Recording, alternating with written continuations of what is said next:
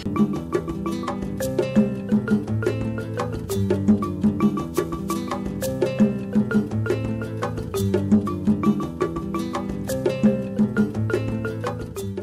5e édition des Journées de l'administration agricole délocalisée JAAD, organisée du 1er au 3 décembre 2016 à Daloa, dans la région du Haut-Sassandra, était couplée avec la célébration de la 36e édition de la Journée mondiale de l'alimentation, JMA, autour du thème « Le climat change, l'alimentation et l'agriculture aussi ».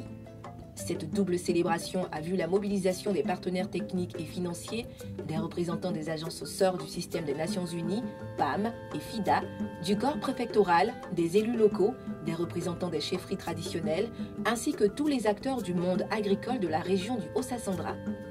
Au cours de ces célébrations également, 2 acteurs de la filière porcine et fruitière, conduite par M. Mamadou Sangafoa Koulibaly, ministre de l'Agriculture et du Développement rural, soutenu par le FIRCA, ont été honorés en présence du vice-président de l'institution et du directeur exécutif adjoint, confirmant de la plus belle manière que les actions du FIRCA portent des fruits.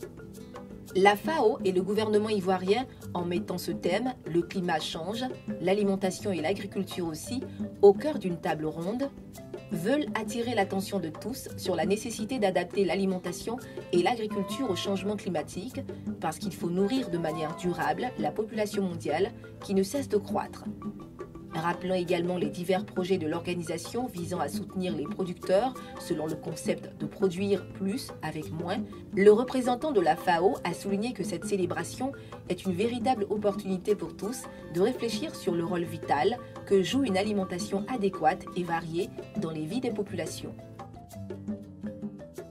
Cette année, la Journée mondiale de l'alimentation est consacrée à une problématique essentielle, le changement climatique.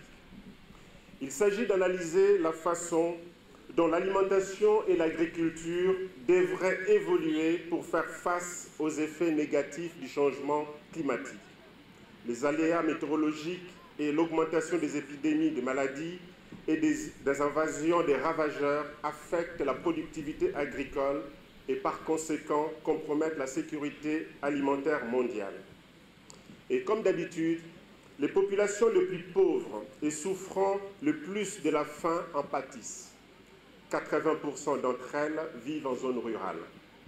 Le secteur le plus touché par les impacts du changement climatique sont également ceux dont elles tirent leurs revenus et qui leur permettent de nourrir leurs familles. La Journée mondiale de l'alimentation, édition 2016, représente donc l'occasion d'identifier la meilleure manière de relever ces défis.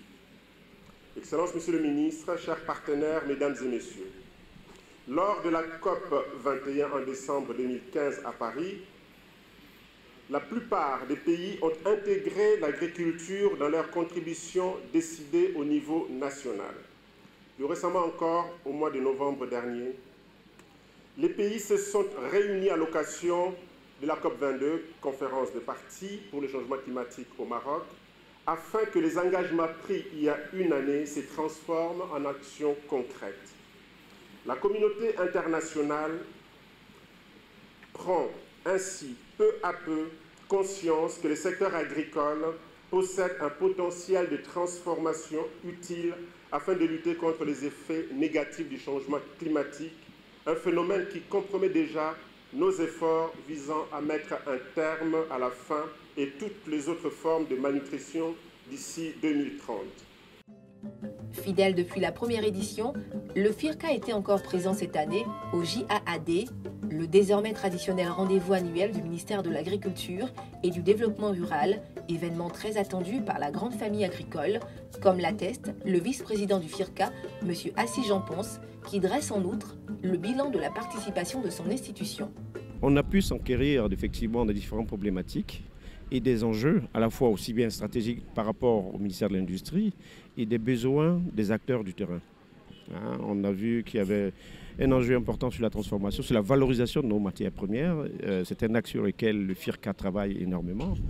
Vous aurez l'occasion de voir à travers donc, le stand ce qui est déjà réalisé par le FIRCA au profit donc, des différents acteurs donc, de la filière. Le bilan est très positif. Et les résultats obtenus sur le terrain montrent effectivement que le FIRCA doit aller de l'avant parce qu'il est soutenu et que les exécutions de l'ensemble de ces projets et des résultats obtenus nous donnent une certaine fierté. Et donc, les autres organes de la filière, nous sommes à la fois ravis qu'à travers ces éléments, je dirais, de manifestation, nous puissions à la fois valoriser notre nom, le nom du FIRCA, et surtout les acquis qui ont été réalisés par les acteurs du FIRCA. Je reviens sur un point qui est, je dirais, majeur. Le FIRCA reste la force entreprenante des stratégies du ministère de l'Agriculture.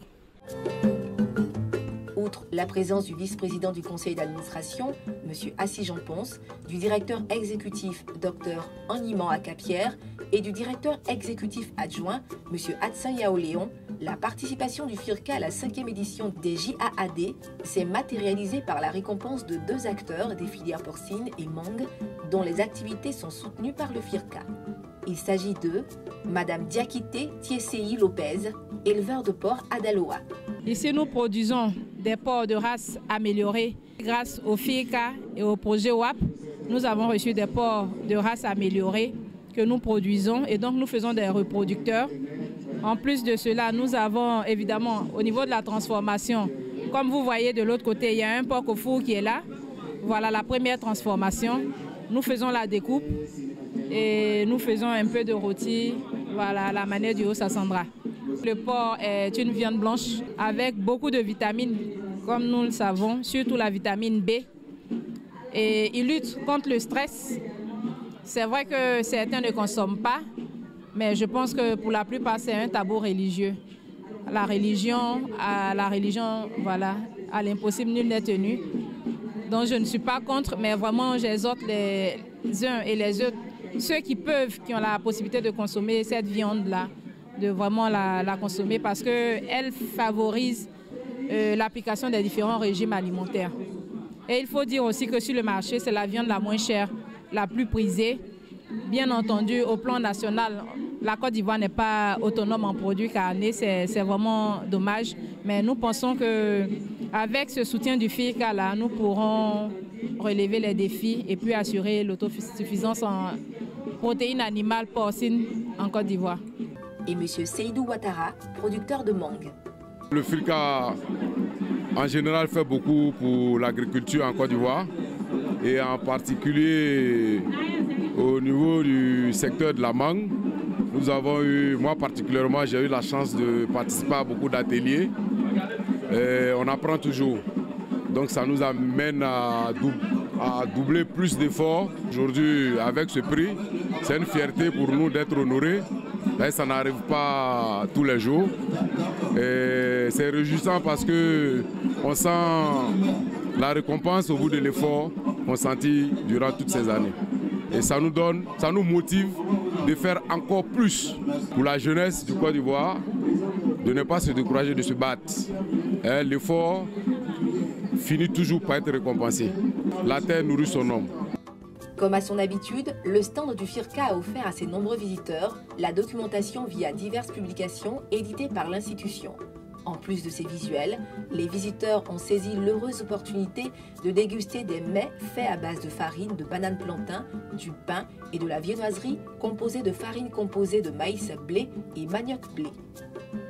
Ainsi, parmi les illustres personnalités venues visiter le stand du FIRCA, figure Mamadou Sangafoua Koulibaly, ministre de l'Agriculture et du Développement rural, qui a pris plaisir à écouter le directeur exécutif adjoint lui faire un bref rappel de la création, des actions conduites et des résultats obtenus par l'institution, dont il est lui-même un des principaux instituteurs, avant de se soumettre avec une joie manifeste à la séance de photos pour immortaliser son passage. Notons que le programme des JAAD 2016, comme les 4 précédentes éditions, s'est articulé autour des activités et des événements qui, en plus des volets scientifiques et académiques, ont un lien direct avec les différents projets exécutés et les préoccupations quotidiennes des producteurs agricoles.